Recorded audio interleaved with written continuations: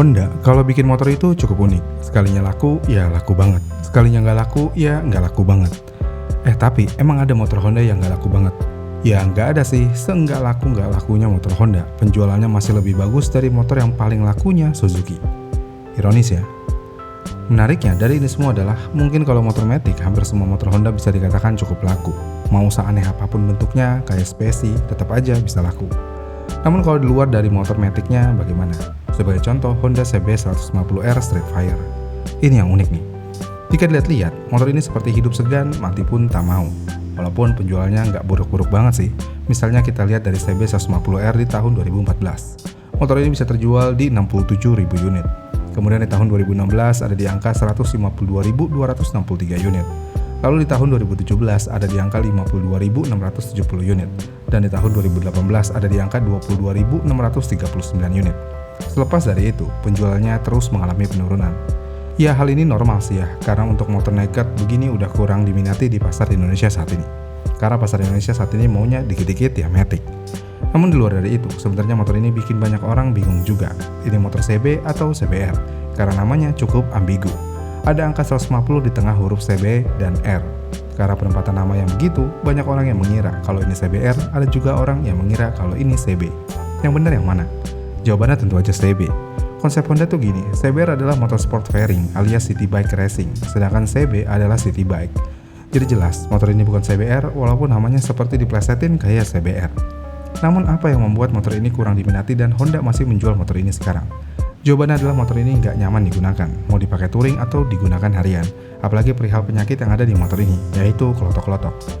Performa motor ini bisa dikatakan cukup aja, tapi masalahnya bukan performanya aja yang dilihat, karena penyakit seperti kelotok-kelotok juga menjadi penyebab motor ini cukup dihindari di pasar.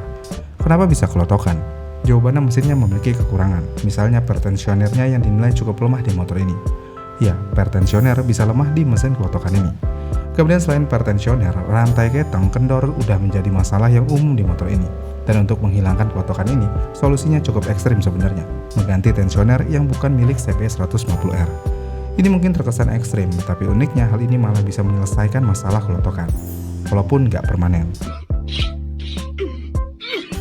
Kemudian selain mesinnya, kelistrikan motor ini juga dinilai bermasalah, khususnya di bagian kiprok atau spool yang mana kedua hal ini bisa kepanasan dan menyebabkan pengisian aki terganggu.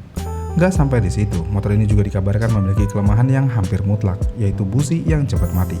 Dan hal ini bisa disebabkan karena campuran bahan bakar yang nggak pas. Belum lagi shock depan yang gampang rembes. Jadi pada model terbaru yang sudah menggunakan upside down, tekanan pada seal jadi lebih besar. Dan jika sering terkena debu dan tidak dibersihkan, seal jadi mudah bocor. Kemudian finalnya adalah, rangka motor ini bisa retak atau patah, terutama pada model truss frame atau rangka tralis.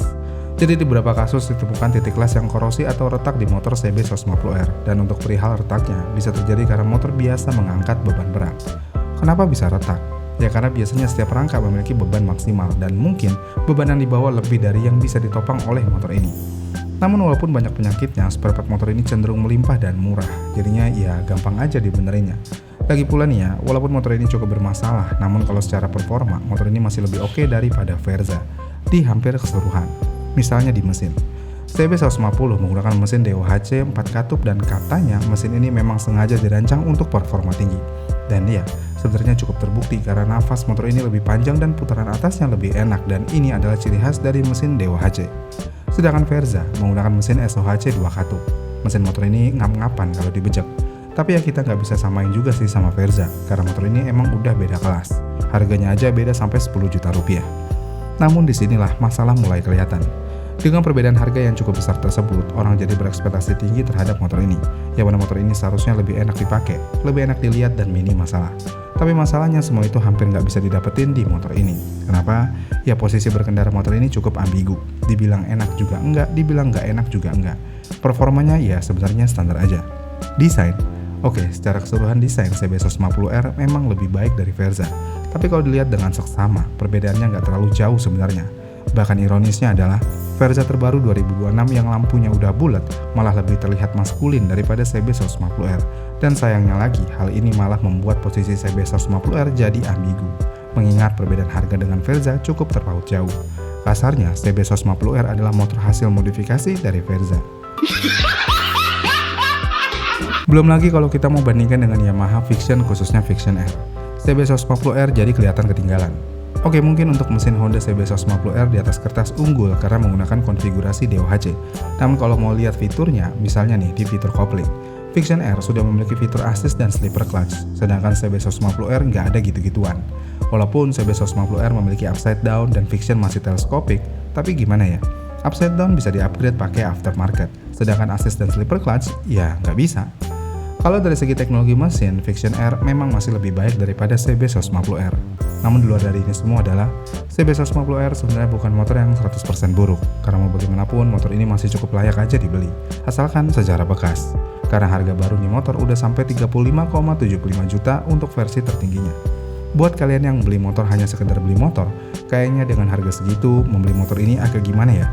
Belum lagi nih ya, kalau kalian suka sama teknologi, nambah kurang lebih 5 juta lagi, kalian udah bisa punya motor matic dengan teknologi turbo. Ya, walaupun beda kelas sih motornya, tapi kalau kita mau ngomongin teknologi, ya tentu aja kita harus melihat motor matic, karena semua teknologi terbaru ada di motor matic. Oke deh, kalau mau motor batang juga, dengan harga 35 jutaan, kalian sebenarnya udah bisa dapat MT25 second tahun muda. Udah jelas, MT25 jauh lebih proper daripada CB150R. Udah beda kelas juga malah. Dan jangan pernah coba-coba lirik CB150X. Walaupun tampilannya memang lebih gagah dan lebih unik, tapi itu motor kayak nggak pas dengan tenaga yang dimilikinya. Apalagi buat kalian yang punya tinggi badan di bawah 170 cm. Udah susah banget deh naik motor ini. Jadi dengan 35 juta rupiah, pilihan paling bijak dan paling layak sebenarnya ada di MT25 second. Itu udah paling benar sih kalau kalian mau motor naked tapi di harga 35 jutaan. Tapi kan itu motor bekas, sedangkan CB bisa didapatkan dengan secara baru. Ya sih, beli motor second tetap ada resikonya sendiri, misalnya ada PR, belum balik nama dan lainnya. Tapi yang perlu digarisbawahi di sini adalah kalian bisa naik kelas tanpa harus menambah budget lebih. Disinilah kelebihan yang bisa dibilang hampir mutlak. Jadi pilih mana? MT25 second atau CB150R? Atau mungkin mending Verza aja? Komen di kolom komentar di bawah ya, dan sampai jumpa di video selanjutnya.